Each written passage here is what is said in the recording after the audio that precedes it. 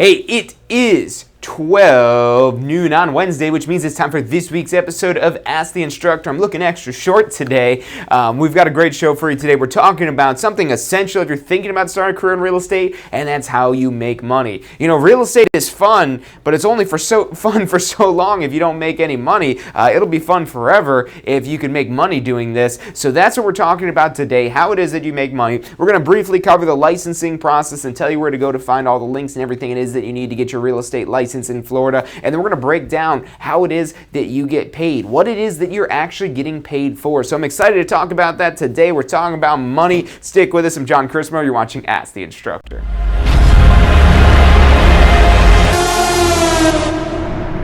You are watching Ask the Instructor. Absorb the knowledge. Become the expert.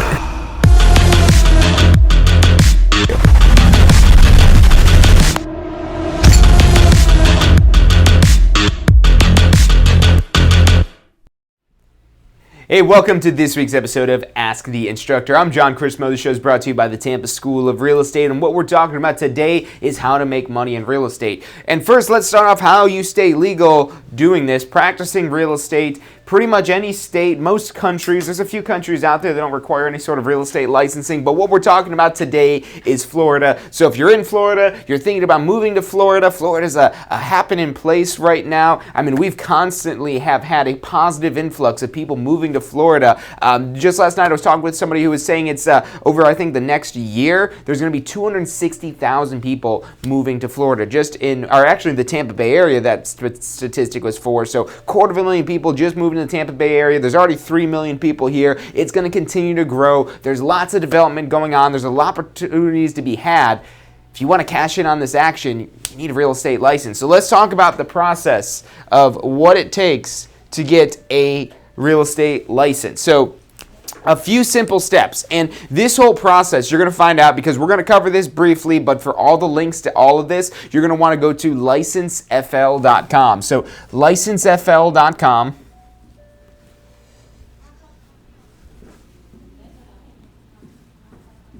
That's going to have your full step-by-step guide, everything it is you need to know to get your real estate license in Florida. That's available, licensefl.com. So check that out after the show. Write that link down. But briefly, these steps it is that are required. Number one, a pre-licensing course.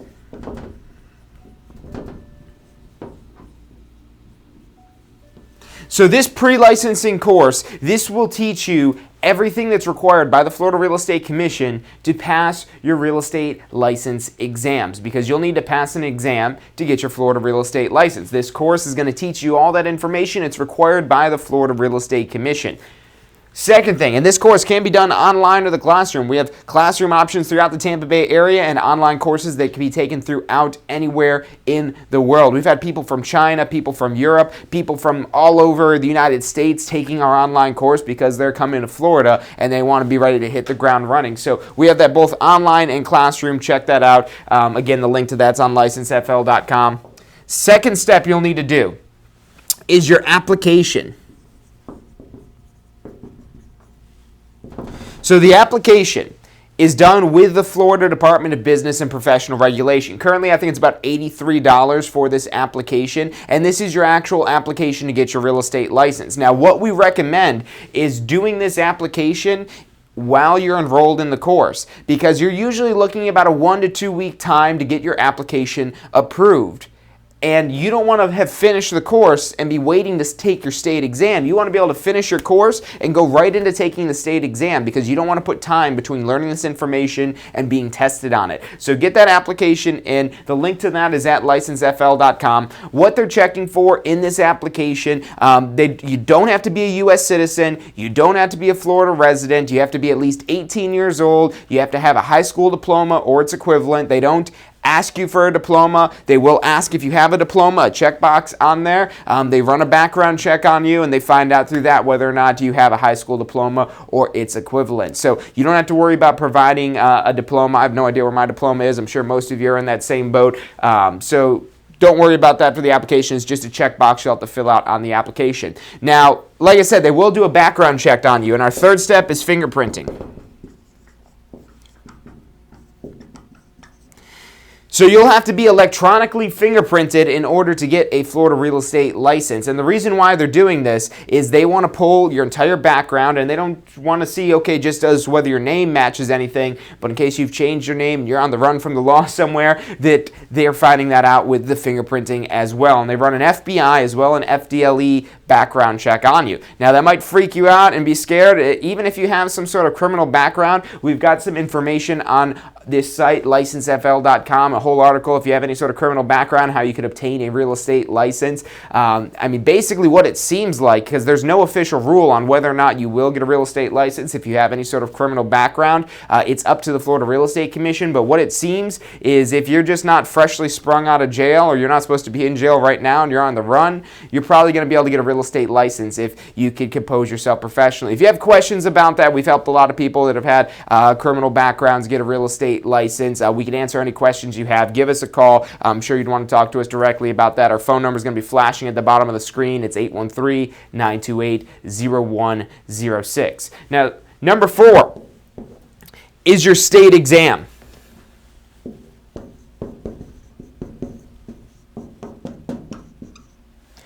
So your state exam, there's really 2 exams. There's going to be an exam you have in your end of course exam with your pre-licensing course, one in the course that you'll take. If you're doing the online course, it's done online. If you're doing it in class, it's done in the classroom on the last day of class. So that's 100 questions. The state exam is also 100 questions.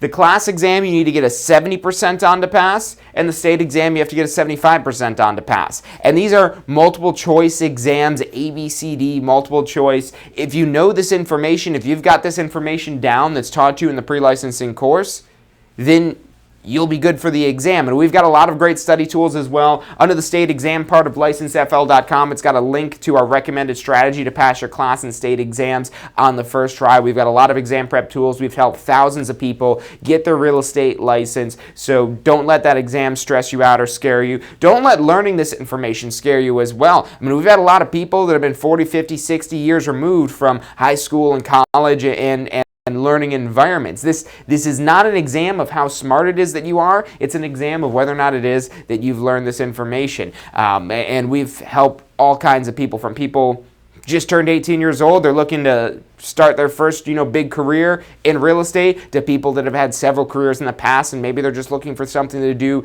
during their retirement. So this is possible for anyone. In the state of Florida, it's not really that significant of a licensing requirement compared to a lot of other states. A lot of other states, it's significantly more difficult, not only in the education, but also in the background clearance as well to get a real estate license. With Florida, they keep it relatively easy for this process. As it is right now, they could always make it harder as well. So if you're thinking about getting this real estate license, get in there before they make this any more difficult for you. There's no obligation for you to actually go out and practice real estate once you have the license. You could just get the license and decide to keep the license and hang on to it until you are ready, or until you do decide that you want to practice real estate.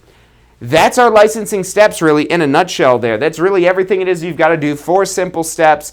You've done these things. You have a real estate license. Now, what we're going to talk about next is, okay, now you've got your real estate license, how it is that you go about earning money. We're going to do some calculations on commissions. We're going to talk about, the broker aspect, what role it is that they play in this. The other information is that you've got to know what it is that you're going to need to be successful with your real estate license. But first, we're going to take a quick commercial break, so stick with us. I'm John Charisma. The show is brought to you by the Tampa School of Real Estate, and you're watching Ask the Instructor. If you've been thinking about real estate, look, in this current market, it's hard not to. There's so many opportunities that exist out there for residential real estate, commercial real estate, business brokerage, property management. I mean, it's ridiculous how much opportunity lies from having a real estate license. So look, if you've been thinking about getting a real estate license, I mean, it's minimal cost compared to starting other careers and starting other businesses to get into this. So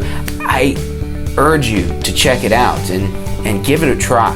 I mean, even if you're just using your license for personal use, you've got huge, immense benefits there. Go to this link. It's licensefl.com. That's licensefl.com. put that link in the description. It's got your step-by-step guide to get a Florida real estate license. And look, check it out. Give us a call. We're here to answer any questions it is that you have, and go out there and make some money. Does your current career allow for unlimited income potential?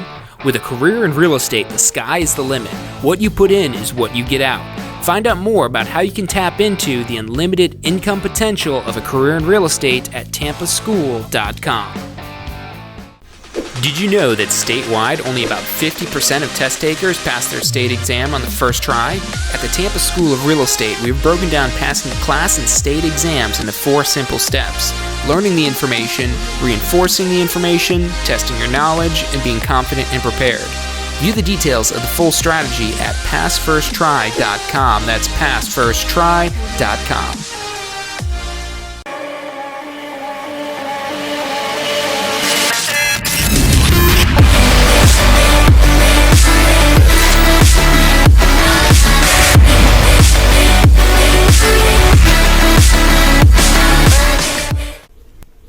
Hey, if you're enjoying the show today, which I'm sure you are, be sure to hit like, subscribe, post your comments, share with your friends and family. Thank you guys so much for watching.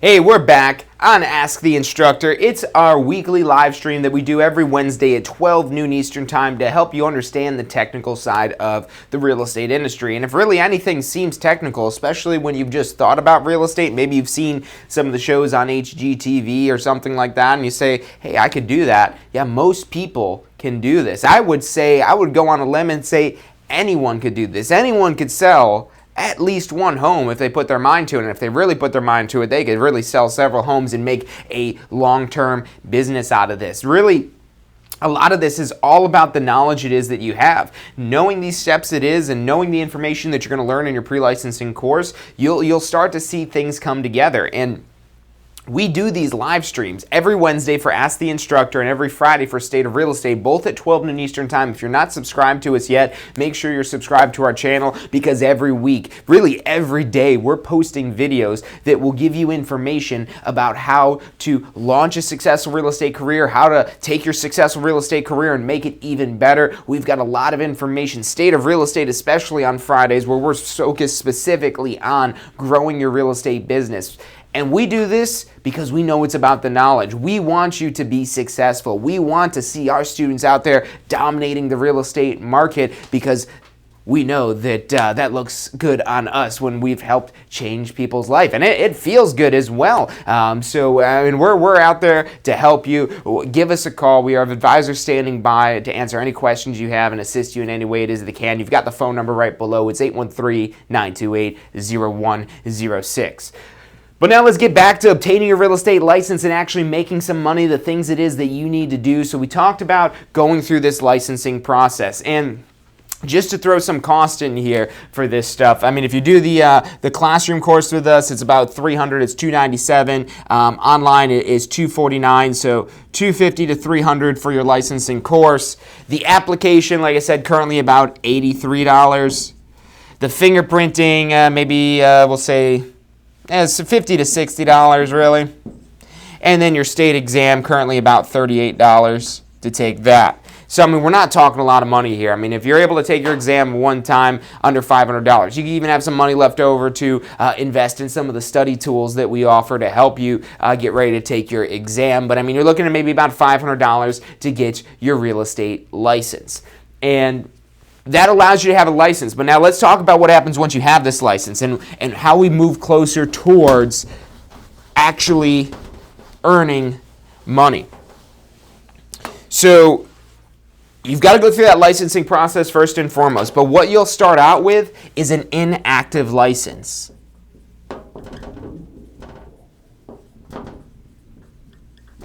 So your inactive license doesn't allow you to practice real estate. It doesn't allow you to earn any compensation. This, as an inactive license, is basically the same as not having a license. So the Florida Real Estate Commission, these are the people that are in charge of the real estate industry in Florida. They're appointed by the governor of Florida, and they say that sales associates, your initial real estate license, that you can't practice independently, that you can't go out there with your sales associate license on your own and go sell somebody's house and earn compensation for that. The reason why is the Florida Real Estate Commission and the licensing provisions exist to protect the public, to make sure that there's not people out there scamming people and doing things that aren't legal and doing things that are maybe unethical as well. So they want to make sure that the public is protected. So even though you've passed your licensing exams, what the definition of what you are as somebody who has a real estate license, a sales associate license, is minimally competent. So minimally competent.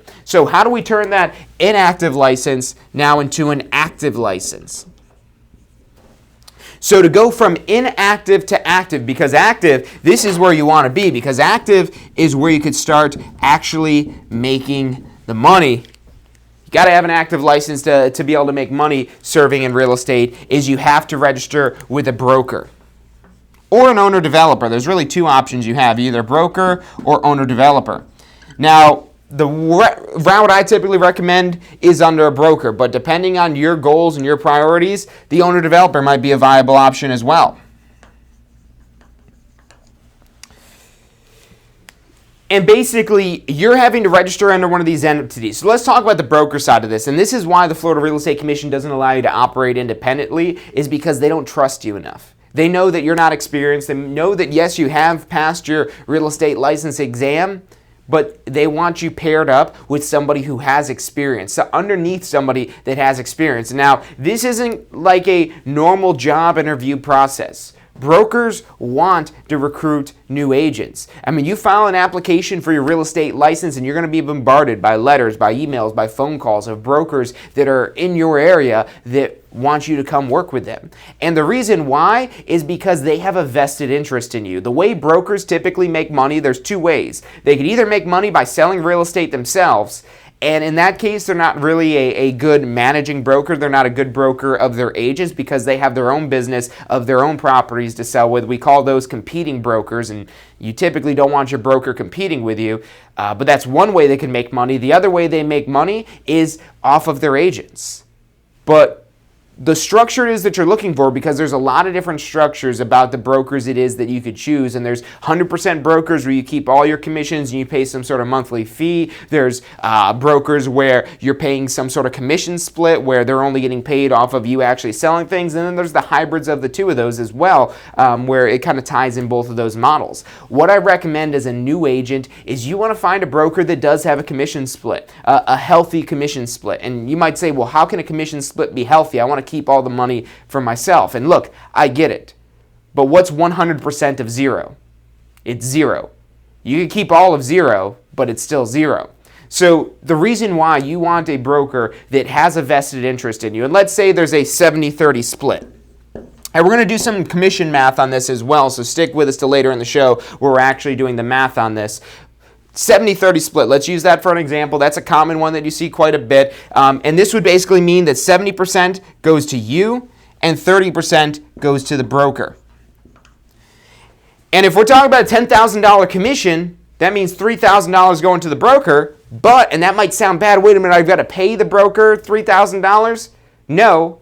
$7,000 is coming to you out of this $10,000 check, and the broker is keeping $3,000 of this. So with these commission splits, you're not paying this up front. They're making money when you make money. So you can see how your interests get aligned.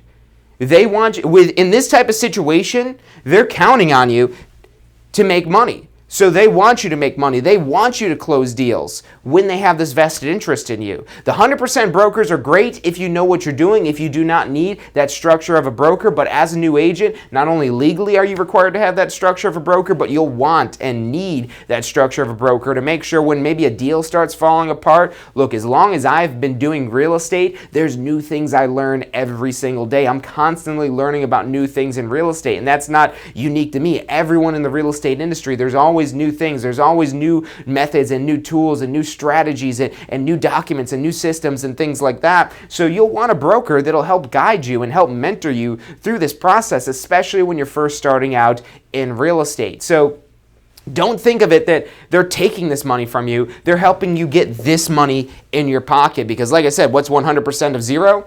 It's still zero. So it's absolutely worth it. Now, once you know what it is that you're doing, renegotiate that with your broker or go find a broker that does allow a higher commission split once you feel like you've gotten to the point where you don't need that much of a hands-on broker, because the higher percentage it is that the broker is taking, in theory, that broker should be more hands-on. There should be better systems. There should be better support in place with a higher commission split. And that support is what you need as a new agent to make sure it is that you're closing deals. So let's do some calculations on commission here. Let's make some sense of these numbers here.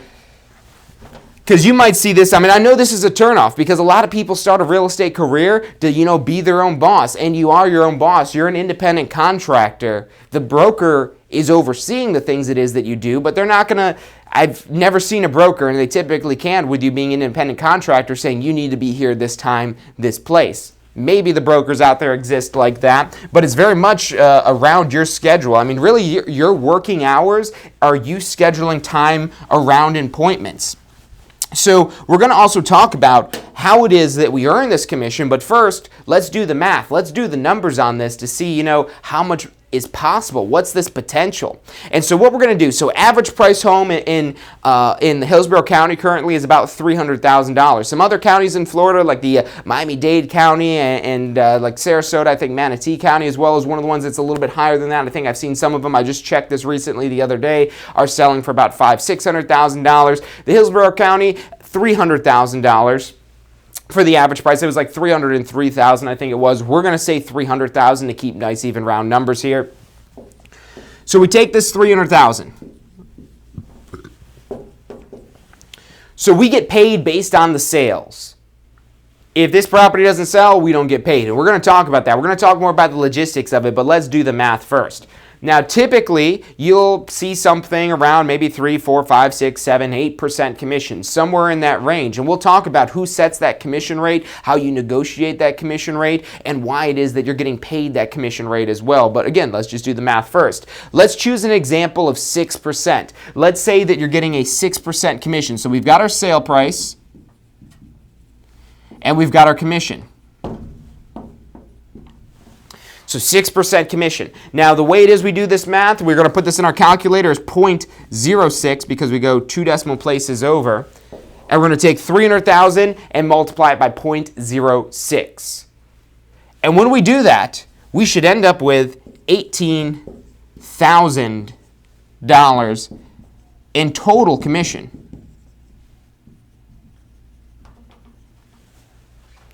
So that's how much money is on the table. That's how much money is being paid in this transaction for a $300,000 property is $18,000 in commission with a 6% commission rate. That commission rate goes higher, this number becomes higher. But let's talk, so this is the total commission. And there's usually 2 different parties involved in the transaction. So you have your what's called listing agent, or we'll call it listing brokerage because we've got to get down to the agent level in just a second. So your listing office and then the selling office.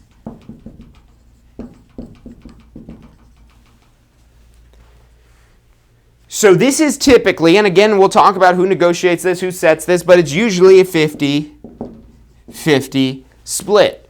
50% going this way, 50% going that way. Now, what happens if you list the property for sale and you also find the buyer, which happens fairly often, not all the time, but fairly often, you'll get both sides of this commission. Meaning it won't be a 50-50 split, because when we break this out into 50-50 between the 2 offices, it goes down to only $9,000. And we're going to talk about the hours it takes to actually go through this, because when you break it down to the hours it takes for actually closing the deal, it's going to beat most professions out there. I can assure you that. And we'll go off of that and we'll do that calculation. So if we break this out 50-50, it's $9,000 going to the two different offices. This is how a lot of transactions, most transactions I would say, are sold, with a cooperating broker, with somebody representing the buyer, bringing you a buyer. And what that ultimately means for you as a listing agent is less work for you, because now you have somebody else working for the other side of the deal. But it comes at a cost. It is splitting that commission with them. And that's what our MLS system is based on. It was originally formed and founded based on the idea that brokers can cooperate in selling a property and share the profits from the commission. So if you do find the buyer as well, that $18,000 is just going into one office, and that's now split between you and your broker based on whatever your commission split may be. Let's go off of these two examples here. So we've got two different agents here. This is, remember, the sellers, and this is the buyer's agent. Now let's say the seller's agent. Let's say the seller's agent, and you're the agent for the seller. You're the representative of the seller. You're the one that got the listing. We'll talk about a few things about what it is that you do when you're in this position, basically. But if this is you, and let's say that we've got a 70-30 split. So a 70-30 split here, we'll use that same number we figured earlier. So the 70-30 split, that means to you as the sales associate, we're going to end up with, so with the broker, we're going to end up with about $2,700 going to the broker. And I should pull up my calculator with this here, make sure we don't jumble this here. It's going to be right about just a little over $7,300, I think that is.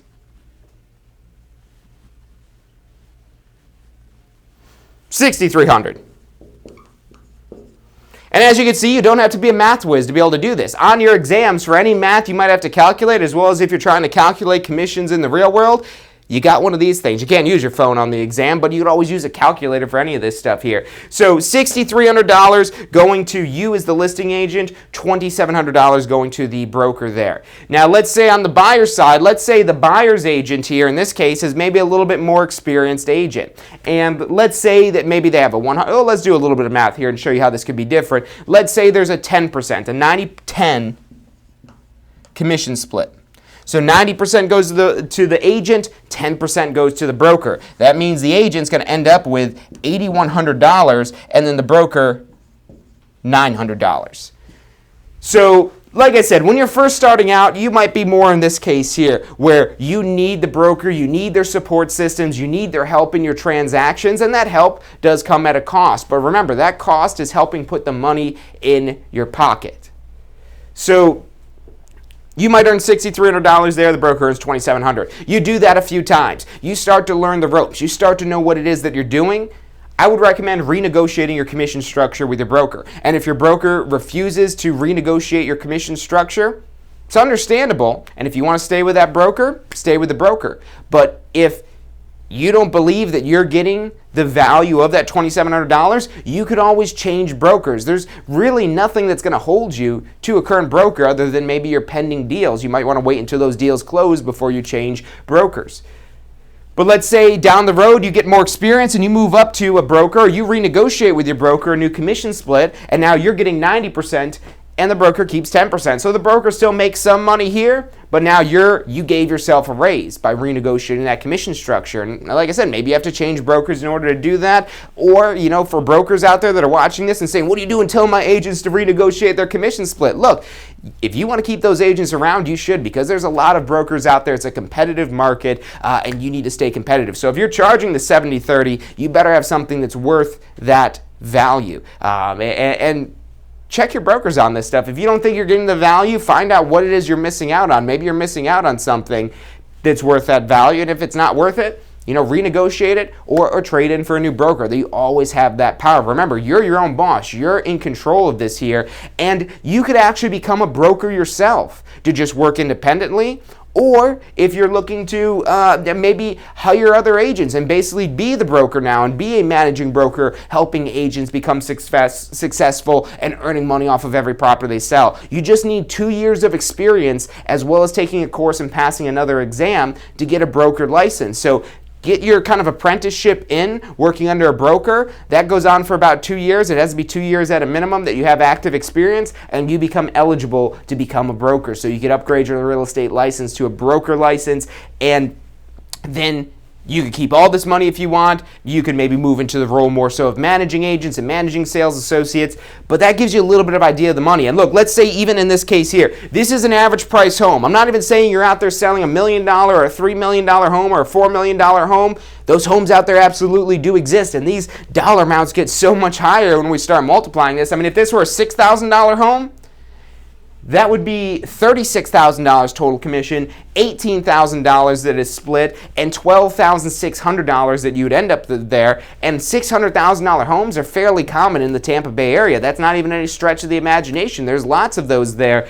There's a big variety of homes, and that's why the average price right now is about $300,000. But like I said, even selling an average home at a 6% commission, you walk away, even with a 70-30 commission split, where your broker's taking 30% of that, $6,300. And I don't care how many exam prep tools it is that you buy, that you need to take to pass the exam, even realtor dues and realtor fees and access to the MLS and other costs, business cards and things like that. That $6,300 is going to, at the very least, cover any costs it is that you have to start your real estate business. So if you could sell one property like the scenario it is that we have here, you've got your cost covered. You're already probably going to be in the green once you hit this here, depending on certain variables. You might need to sell a couple of these. You probably want to sell a couple of these. I mean, if you get to selling one of these a month, it's 12 times a year. If you could sell one of these a month, that's over $70,000 in gross commission income. If you're just selling one property a month, that's not asking a lot. I mean, you could be a part-time agent and a good part-time agent and sell one property a month. I mean, if you do, there's agents out there that are selling properties and closing deals every single day. Multiply that number, or maybe multiply this number by 365. And now you start to understand what's possible out there and what is potential. I mean, so many agents are hindered just by not realizing that they have the potential to make a six-figure income. We have had agents that have got their real estate license and in their first year made over six figures. That's not a guaranteed result. That's not going to happen to everyone, because not everyone's going to put their mind to it and really focus on learning what they need to know and executing what it is that they've learned. If you could do that, if you're in a good brokerage relationship with your broker that's helping you go through this process, and this is a broker who has a proven track record of getting new agents to become successful, this isn't out of the question at all. This becomes expected. That's where you've got a difference really of a good broker and an okay broker. An okay broker will say, yeah, it'd be great if you could sell a house. Yeah, go ahead and try and do that. Whereas a good broker is going to expect you. A good broker, if they've got good systems, if they've got good training, if they've got good tools, if they've got a good support system, when you don't sell something, they're going to be concerned, because they're like, well, what's wrong here? Why isn't this working? So this is something absolutely possible. Now, this is the money it is that can be made. Now, on the listing side of things, it typically takes, on average, according to the National Association of Realtors, 8 hours of working time to close a listing deal. On the buyer side, it's about 24 hours. So it does take a little bit longer to close a buyer. So yeah, if you could focus on sellers, if you could focus on getting listings, you'll definitely be more efficient. But let's do the math on these here, and you tell me whether this beats your current hourly wage. The answer is probably going to be yes, because there's really not many careers out there, unless like you've got some sort of very profitable business it is that you're running, and then maybe you just want to do something on the side because you're bored. But let's say 8 hours for $6,300. So $6,300 cross 8 hours, almost $800 an hour, $787.50 per hour if you put 8 hours of working time into the deal.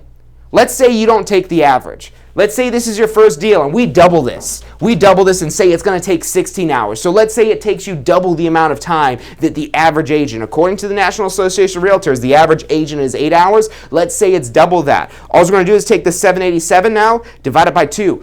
$400 an hour almost, $393.75 per hour.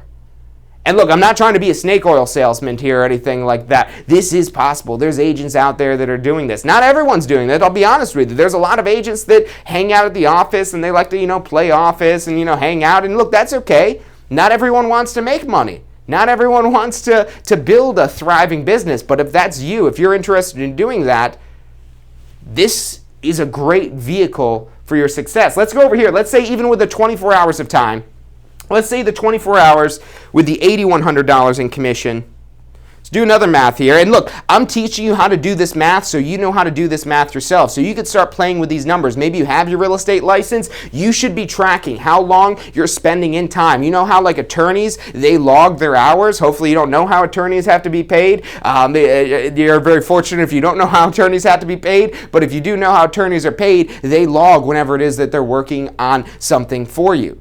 So you should be doing that as well, so you're keeping track of how efficient it is that you're being. And you'll notice that time scrolling through Facebook or on Twitter or on Instagram or, doing things that aren't profitable, how that's impacting your hourly rates. So you manage yourself a little bit here and you'll make yourself more profitable. Let's say the $8,100 here. So $8,100 that you'd be getting in gross commission here, we'll divide that out by 24 hours. Only $337 per hour. And again, that is because it does take you a little bit longer time to work with the buyer. But I say only $337 per hour. Show me a career that USF or any of these universities, and not to call out one in particular because they're all fairly much the same. You're spending $40,000 a year to maybe earn $20 an hour, maybe earn $30 an hour, maybe earn $50 an hour. Go into one of these advising offices and say, hey, I want to make at least $300 an hour. They'll say, well, come on, you got to be realistic. You're just a college kid. No, don't buy into their BS about what's possible and what's potential. You're being advised by somebody that's maybe paid $50,000, $60,000 a year. Nothing against them, because look, if you really enjoy what it is that you're doing, maybe you want to help others and you want to be a doctor, great, go to college, because we need doctors. We need people to take care of others. But look, if you want to make money, maybe you're the doctor and you're looking to do this on the weekends. Maybe when it is that you're not helping people live to survive, you're helping people find a home and making a lot of money doing this. A lot of people get into real estate part-time and they, just do this on the side. You close one of these a year. One deal, one house, one $300,000 house, and $6,300. That's going to pay for a nice vacation. That might help with your kids' tuition payments. That might help whenever it is that you need money. You have a vehicle and an opportunity to go out there, put some work in, and earn money. That's what's great about real estate, is it's you that decides. You're the boss. And you can either be a good boss, or you can be a little tough on yourself, give yourself some tough love to make yourself really be the best you can be, or you can be the boss that lets you goof off and hang out and whatever. Look, real estate, it's all possible. If you're looking to just close one of these a year, that's possible. If you're looking to close 100 of these a year, it's possible. It's going to be a little bit more difficult. You're going to have to work a little bit harder. You're going to have to learn a little bit more. You're going to have the right training and be in the right vehicle for the success, but this makes it possible. We're going to take a quick commercial break, but stick with us because I want to talk about what it is that we're actually doing to make hundreds of dollars an hour working with the clients. What value it is that we're contributing that makes us worth this amount. So stick with us. I'm John Christmer. You're watching Ask the Instructor. Hey, so if you're thinking about starting a real estate career, it could feel a little overwhelming sometimes. Look, that's completely understandable. That's why we're here to help. If you haven't already, check out our Success Center, tampaschool.com/success, or if you don't even know where to begin, give us a call. We'd love to help you out. We've got advisors standing by to answer any questions you have and assist you in any way it is that we can. Our phone number is 813-928-0106. Again, that's 813-928-0106. Give us a call. We're the Tampa School of Real Estate. Do you want a career that allows you to be in control? With a career in real estate, you'll get to call the shots. Whether you're looking at starting part-time or want to become the next top agent, a career in real estate makes it possible. Find out what it takes at tampaschool.com.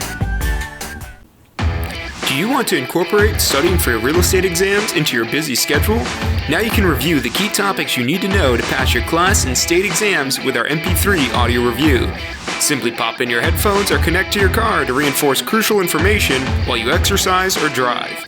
Listen to the first unit for free at mp3audioreview.com. That's mp3audioreview.com. Are you thinking about a career in real estate? Hey, I'm John Chrisma with the Tampa School of Real Estate, and we've helped thousands of people just like you obtain their real estate license. If you're thinking about a career in real estate, give us a call. The phone number is 813-928-0106. Our advisors are standing by to answer any questions you have and assist you in any way they can.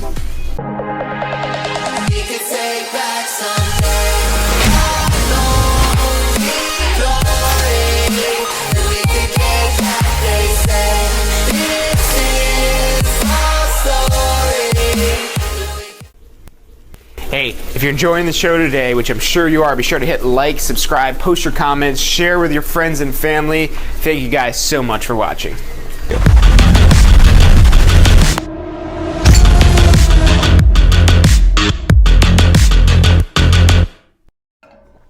Hey, welcome back to this week's episode of Ask the Instructor. Every Wednesday, 12 noon Eastern Time, we talk about the technical side of the real estate industry. And look, some of the technical stuff, that's maybe where we bring in an expert in that subject matter in something. You know, with coming up with value, when it starts to get too technical, I mean, that's where there's more regulations, we bring in an appraiser. We bring in surveyors to tell exactly where the property is. We bring in inspectors to find out if the property is in the condition it looks like it's in. We have so many people it is that we work with, and before we went on break, I was talking about why it is. What do we do that makes us worth hundreds of dollars an hour based off of these average times given to us by the National Association of Realtors for an average agent? And like I said, even if it took you double the amount of time, how much money that ended up still being.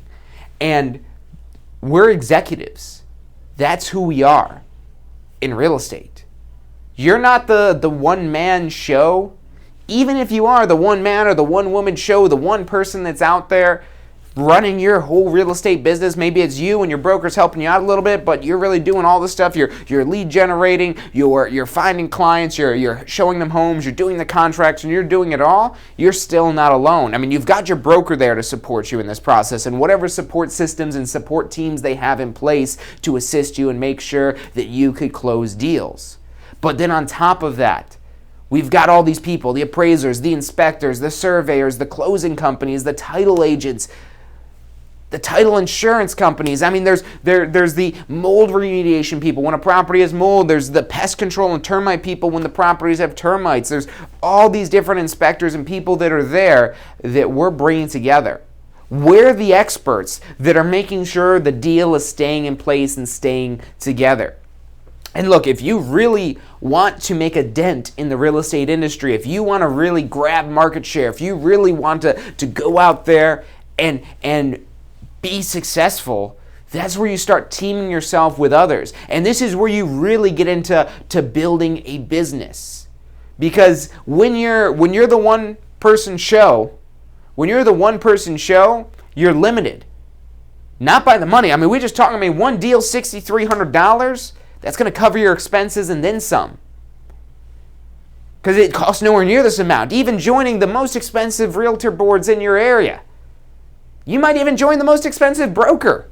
And even if they're charging you thousands of dollars up front, that one deal is going to cover that. But now the question is, are they really going to get you that one deal? Now, when we look at this here, and we see, okay, I mean, potentially if we're going off this average, what do we figure? Like $800 an hour, I think it was, something around that amount there, which just is ridiculous. Now, even if we're not getting that much, even if it takes us more time, and we might have some costs that are associated with this, we're maybe advertising in places, which you should be. The advertising is reinvesting in your business, reinvesting in your brand, so that you've got clients lined up to work with you, and you get those 8 hours through, you get paid, and then you're done. But when we start to bring in other people, let's say, because this happens, because you might, if I'm working in my business, what if I want to take a vacation? What happens when I'm gone for 2 weeks in a more tropical paradise than Florida? Or maybe you're going out to the mountains to cool off for a little bit, maybe do a little bit of skiing. Or maybe you're visiting family and wherever that may be. And you want to take time off. Maybe you don't want to take 2 weeks off, you want to take a month off. That's possible. There's nothing that's going to stop you. You don't have to ask for time off from anybody. That's up to you. And the beauty is this, is you could actually even run a lot of your business from anywhere in the world. The beauty of these devices, of our laptops, of our phones, and the technology that exists to be able to operate our business from anywhere in the world makes that possible. But there's some times where you do have to be there. But that's, like I said, where you start bringing in other people, where you start bringing in maybe somebody just to handle the calls it is that you're getting. If you're doing a great job advertising yourself and building a good referral base of customers, you might not always have time to answer your phone when you're out showing properties to clients. So what do you do then?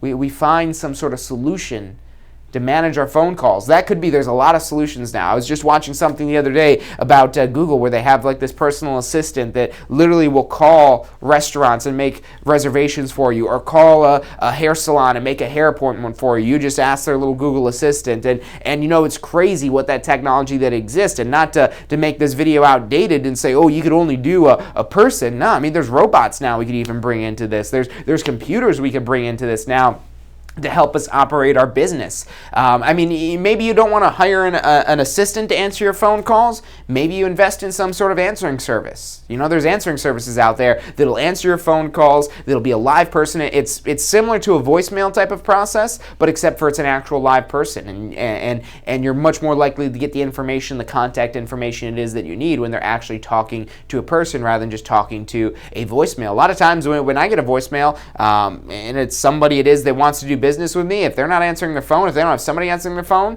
probably not going to leave a voicemail. If they want the business, they could call me back. So we find these other ways to help monetize all of this here. And look, if you're looking now to grow your business even further, tune in to State of Real Estate on Fridays, because we talk about a lot of topics like this, from holding more effective open houses to all these things it is that we can do to improve our business. But let's talk about what it is that we're doing. So we're talking about, we're the executive. We're the people that are in charge of this real estate transaction.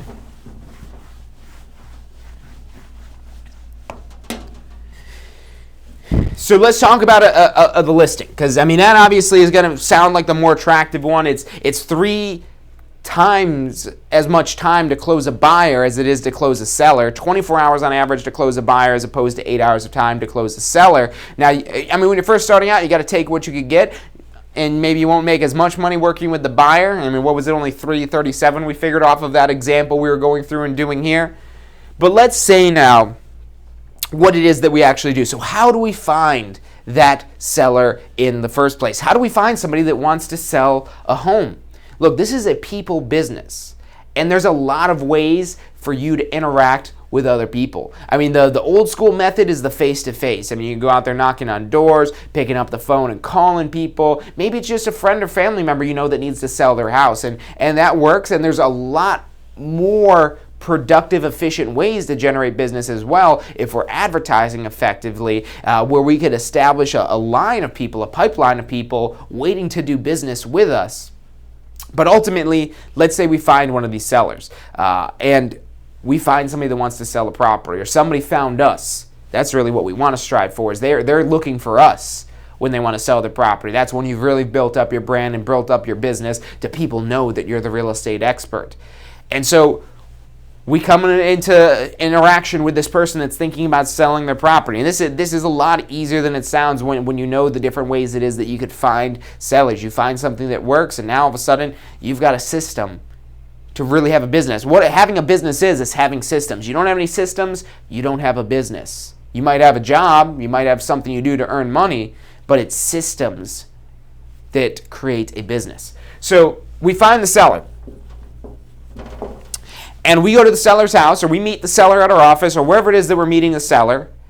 And basically what we're doing is we're showing them how it is that we're going to market their property, how it is that we could help get their property sold.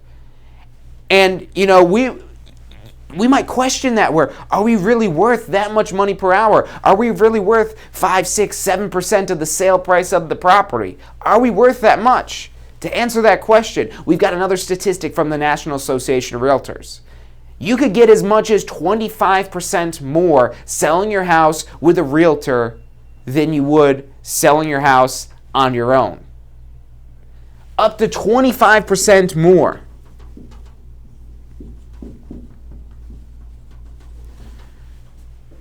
So If I were to give you $25, would you give me $6 for that $25? Why not? Why wouldn't you give me $6 if I'm going to give you $25 in return? What if I were to only give you $10? Would you give me $7? If I were to say, hey, I've got a $10 bill, will you give me $7 and I'll give you this $10 bill? Even in that case.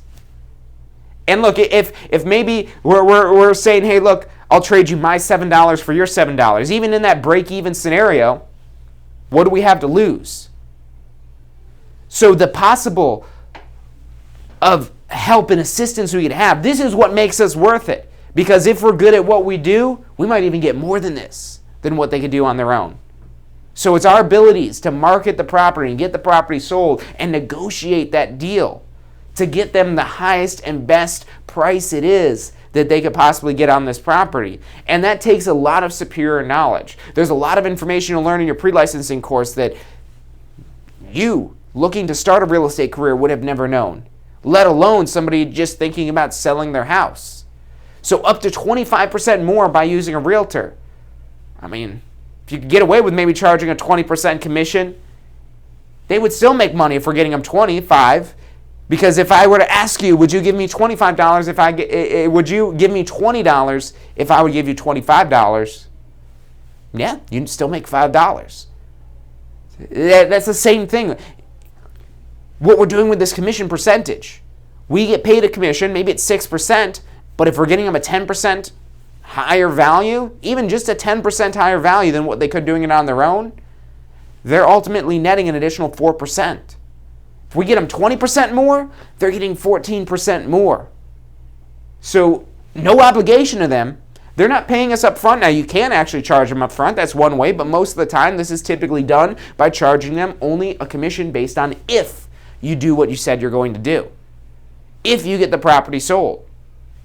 And it's ultimately up to them. I mean, you're going to advise them. You're going to tell them what it is that they should do, but ultimately the decisions are up to them. So if they say, well, what if you can't give me 25% more? It's up to you. You don't have to accept any of the offers it is that I present to you. That decision of who you sell your property to and what you sell it for, as well as anything regarding the sale of your property, is your decision. Now, I'll advise you so that you make the best decision, but ultimately that is your decision in the end. So they're not going to find themselves for selling a property for less than what they want to sell it for, because if they accept that offer, it's because they wanted to sell it for that price. Maybe not as much as they had wanted, but they're still willing to sell it maybe for that lower price. But that statistic there, if we had them do this on their own, if their expectation was here and we're able to get right here, that expectation is still going to be what it is when they're selling on their own, but they'd be down here as opposed to up here with us. So we're getting them closer to that. So even if we don't get them ideally what it is that they want, we're going to get them up to 25% more by using us. And a lot of that power comes from the tools, the systems it is that we have, from being able to put the property in the MLS and effectively negotiate it. Just having a third party to negotiate the deal gives you so much more leverage when you're buying or selling a property, buying and selling, both sides.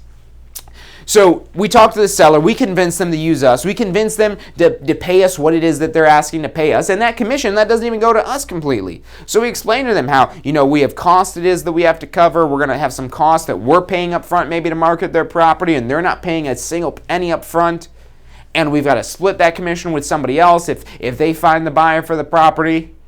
So we explain to them how it is that this breaks down with this commission.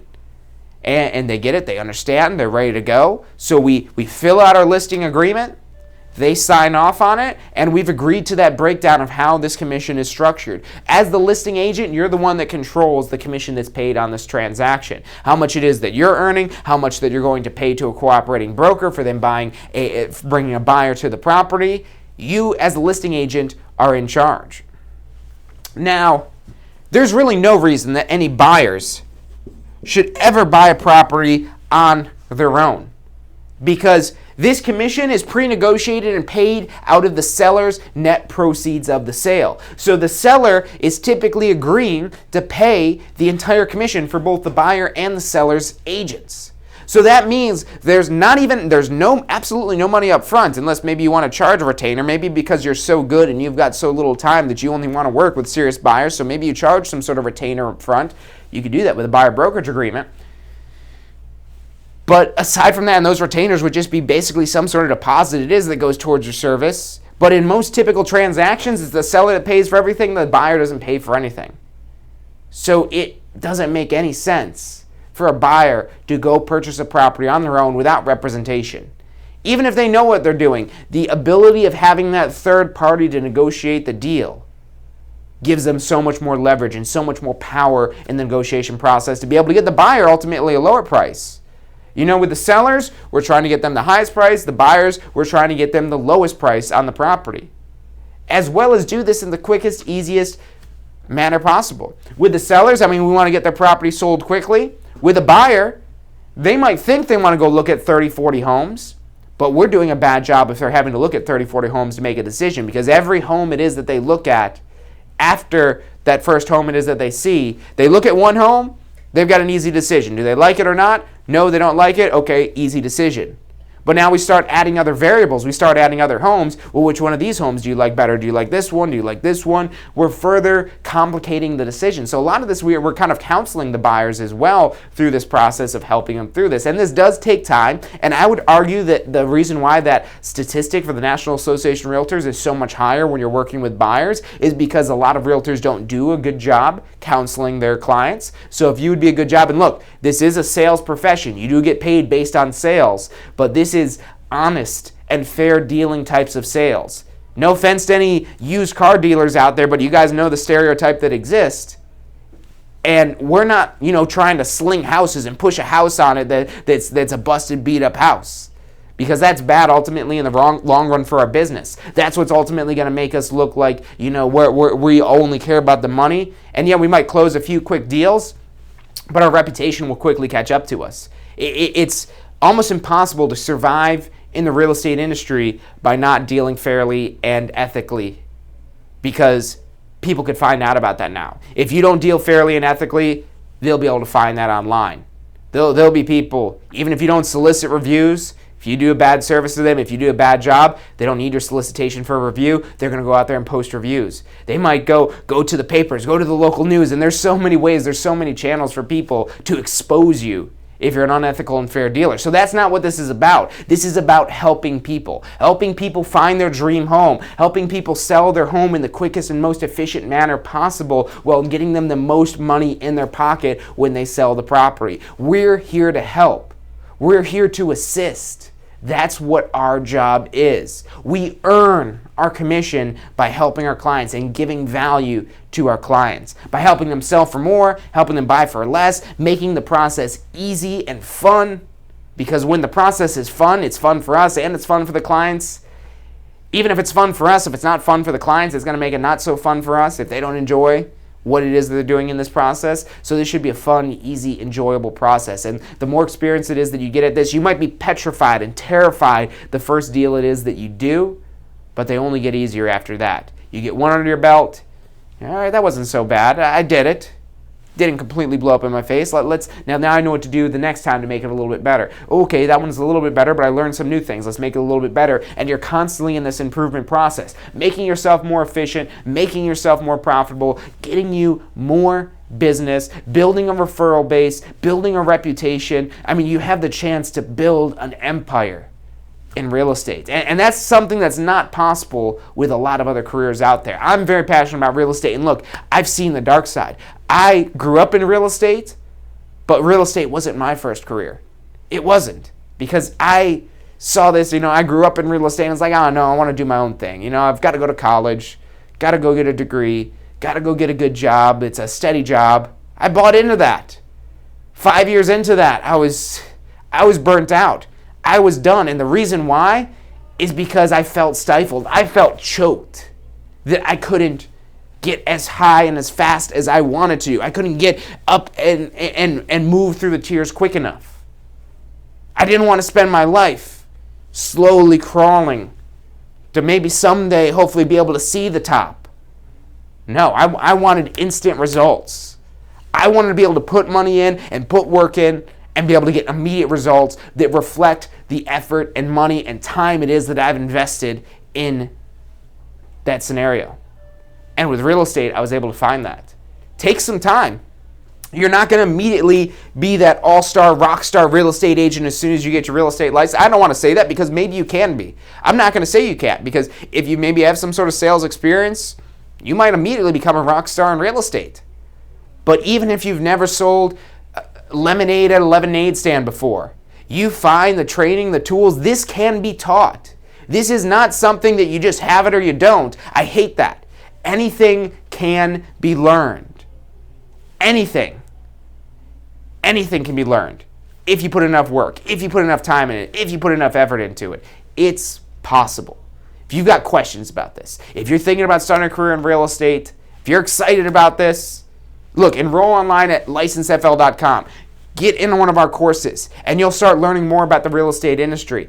Get your application and get this process rolling. Because look, the market is hot now. The safe is open. And yeah, there might be ups and downs. There's cycles all the time in any industry. And we're still on the way up right now. That safe is opening, and it's opening wider. There's lots of development going in. And we got to get in. We got to get in. We've got to make the money while the market's hot. So if there is maybe some sort of downturn, if there is some sort of unexpectedness, that we've got not only funding and reserves to cover us if there's a little down cycle, to cover us even our personal business will have ups and downs in it, because we go on vacation. Now all of a sudden, maybe our business goes down a little bit. Maybe we get a little bit of lazy, and we get a little complacent, and we're not always looking for that growth. So maybe we go down a little bit. But if you're building up this reserve and this funds, a lot of people get into real estate because they're looking to invest in real estate. And there's really no better way to learn about investing in real estate than helping others invest in real estate. You get to see firsthand the things it is people do, the mistakes it is that they might make. And then that way you know about this, and when you've built up enough reserves, when you've bankrolled enough of your commission money that you could go and invest, and you maybe buy some houses, or you buy some apartments, or you do whatever it is that you want with that money, but you've learned in that process about what it is to do.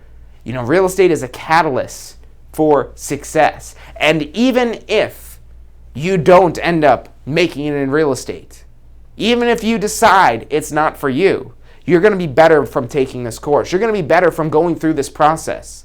You'll learn more about housing. You'll learn more about real estate. We live in a real estate-centric world. Everyone needs real estate. Everyone. Whether they're renting it or whether they're buying it, we can make money either way. There's opportunities that exist for us even with rentals. And there's some very lucrative opportunities out there with rentals as well. There's opportunities everywhere. We live in a real estate world. One of the few things that everyone must have is shelter. It's the hierarchy of needs. Shelter, it's right above food and water. You got to have food and water first. I think water first and then food, but then shelter is right behind it.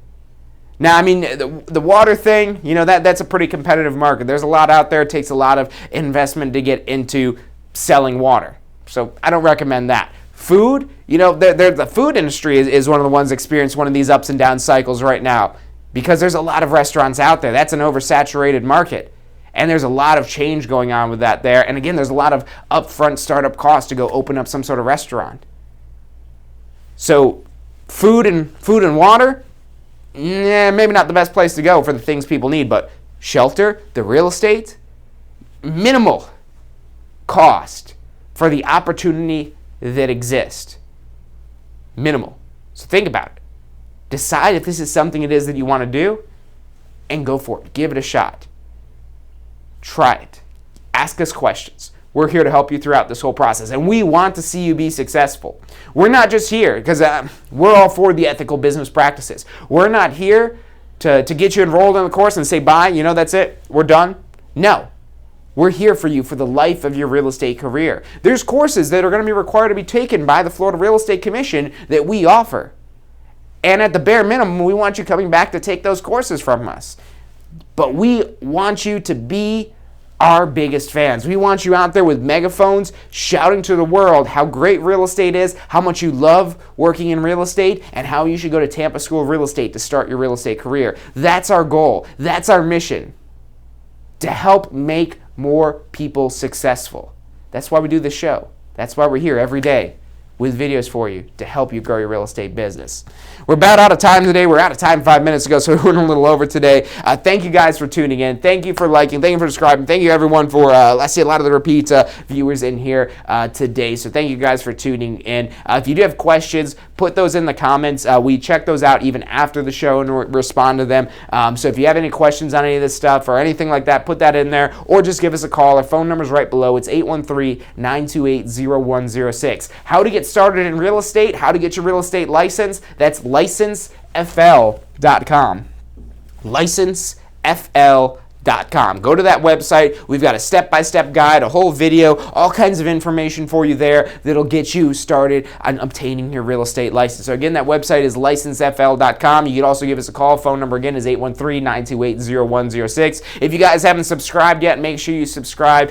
Share this with your friends and family. Maybe you're not thinking about a career in real estate, but maybe a friend is. We'd really appreciate it if you share this video with them. I'm sure they will appreciate you sharing this video with them because we are the people to go to when you're thinking about starting a career in real estate. We are here to help you. We do so much for our students. I challenge you to find a school that will do more for that. So all the time we've got for today. Thank you guys for tuning in, and I'll see you Friday for State of Real Estate. If you've been thinking about real estate, look, in this current market, it's hard not to. There's so many opportunities that exist out there for residential real estate, commercial real estate, business brokerage, property management. I mean, it's ridiculous how much opportunity lies from having a real estate license. So look, if you've been thinking about getting a real estate license, I mean, it's minimal cost compared to starting other careers and starting other businesses to get into this. So I urge you to check it out and give it a try.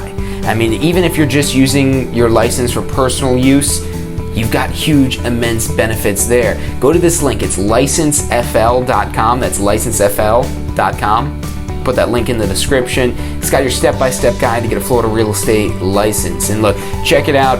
Give us a call. We're here to answer any questions it is that you have, and go out there and make some money. Does your current career allow for unlimited income potential?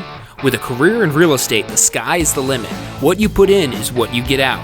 Find out more about how you can tap into the unlimited income potential of a career in real estate at tampaschool.com. Did you know that statewide only about 50% of test takers pass their state exam on the first try?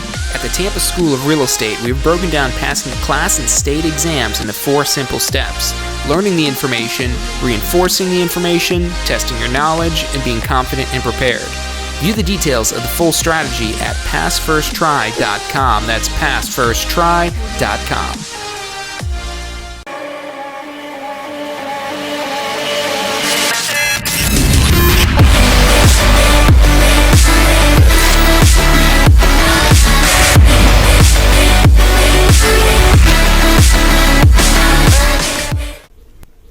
Hey, if you're enjoying the show today, which I'm sure you are, be sure to hit like, subscribe, post your comments, share with your friends and family. Thank you guys so much for watching.